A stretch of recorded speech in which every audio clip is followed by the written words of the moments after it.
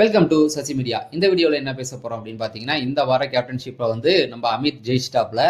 இவர் வரமாட்டாரு அப்படின்னு ஸ்ட்ராங்காக எல்லாம் நம்பிட்டு இருந்தோம். ஆனால் இவர் தான் இந்த வார கேப்டனாக ஆயிட்டாரு. ஆனால் இந்த கேப்டன்சி டாஸ்க்கே வந்து ரொம்ப சூப்பராகவே கொண்டு போயிருந்தாங்க. ஏன்னா இது வரைக்கும் கிரியேட்டிவ் டீம் என்னென்ன பண்ணாங்க அப்படிங்கிறத யோசிச்சு பார்க்கறதுக்கு முன்னாடி இந்த வாரம் கேப்டன்சி டாஸ்க்கு வந்து சூப்பரான ஒரு கேமை எடுத்துகிட்டு வந்திருந்தாங்க. அதாவது எல்லாருடைய கண்ணையும் கட்டி வச்சுட்டு 6 பேர் இருக்காங்கன்னா 5 பால் மட்டும் வச்சுருப்பாங்க.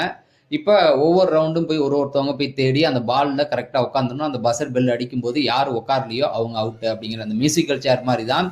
இதில் ஃபர்ஸ்ட் ரவுண்ட் பார்த்தீங்கன்னா ரொம்ப ஃபன்னாகவே போயிருந்தது. முதல் ரவுண்ட்லேயே வந்து நம்ம கனி வந்து வெளியில் வந்துட்டாங்க. அதாவது விக்ரம் தான் போட்டு அவங்கள பிடிச்சி இழுத்து மிகப்பெரிய ஃபைட்டு மாதிரி ஆனால் ஃபன்னாக தான் கொண்டு போனாங்க. எல்லாமே நல்லா போராடினாங்கன்னு சொல்லலாம். அடுத்த ரவுண்ட் பார்த்தீங்க அப்படின்னா நம்மளுடைய சுபிக்ஷா அவர்கள் போராடி அவங்களும் வந்து நினைச்சிருந்தா எடுத்துருக்கலாம். ஆனால் அவர் விக்ரம் வந்து ப்ளீஸ் ப்ளீஸ் ப்ளீஸ் அப்படின்னு கொஞ்சம் கெஞ்சின மாதிரினோன்னா அவங்க விட்டு போயிட்டாங்க. அதுக்கப்புறமேட்டுக்கு பார்த்தீங்கன்னா அடுத்த ரவுண்டு பார்த்தீங்க அப்படின்னா அரோராவை பொறுத்த வரைக்கும் தொடர்ந்து போராடிக்கிட்டே இருந்தாங்க. அந்த ரவுண்டு தான் ஆதிரையும் அரோராவும் தேடிக்கிட்டே இருக்காங்க. ஒரு 1 ஹவருக்கு மேலே தேடிக்கிட்டே இருந்திருப்பாங்க போல. ஆனால் பால் வந்து எங்கேயுமே கிடைக்கல.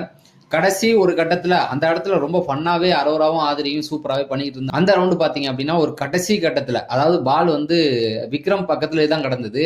விக்ரம் அவர்கிட்ட போகும்போதெல்லாம் பிடிச்சி விலக்கி விட்டுருவாரு. இதுங்களும் தேடி பால் எங்கேயுமே இல்லை அப்படிங்கிற மாதிரி விட்டுட்டாங்க. ஆனால் விக்ரம் இருக்கிற இடத்த கரெக்டாக கண்டுபிடிச்சிட்டு தான் இருந்தாங்க. ஆனால் அவர்கிட்ட மோத முடியல அப்படிங்கிறதுனால விட்டுட்டாங்க. அப்புறமேட்டுக்கு பார்த்தீங்கன்னா அவர் பக்கத்திலேயே ஒரு தடவை நடக்கும்போது ஆதிரைக்கு வந்து அது அழகாக கிடச்சிருச்சு.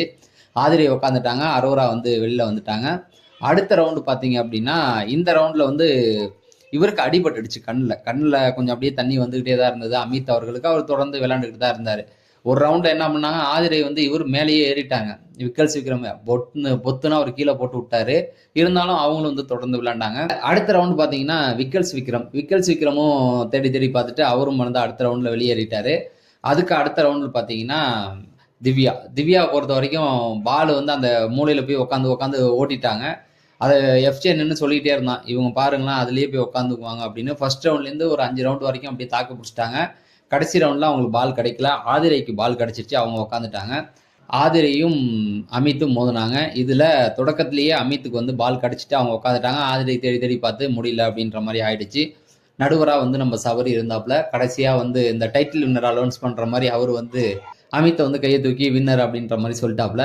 இதில் அமித் வந்து தொடக்கத்திலேருந்தே நல்லா விளையாண்டுட்டு இருந்தாப்புல. அவருக்கு வந்து பால் கிடைச்சிருச்சு. ஆனால் அவர்கிட்ட பாலை யாராலையுமே பிடுங்க முடியல. மேலே வச்சுட்டு அழகா எல்லாரையும் தட்டி விட்டுட்டு கடைசி ரவுண்டில் ஆதிரை செமையா டஃப் கொடுத்தாங்க. இருந்தாலும் சூப்பராக விளையாண்டாரு. அமித்தை பொறுத்த வரைக்கும் ஆல் த பெஸ்ட், அவ்வளோதான் சொல்ல முடியும். ஏன்னா இந்த வாரம் அவர் என்ன பண்றாரு அப்படிங்கிறத பொறுத்திருந்து பார்ப்போம்.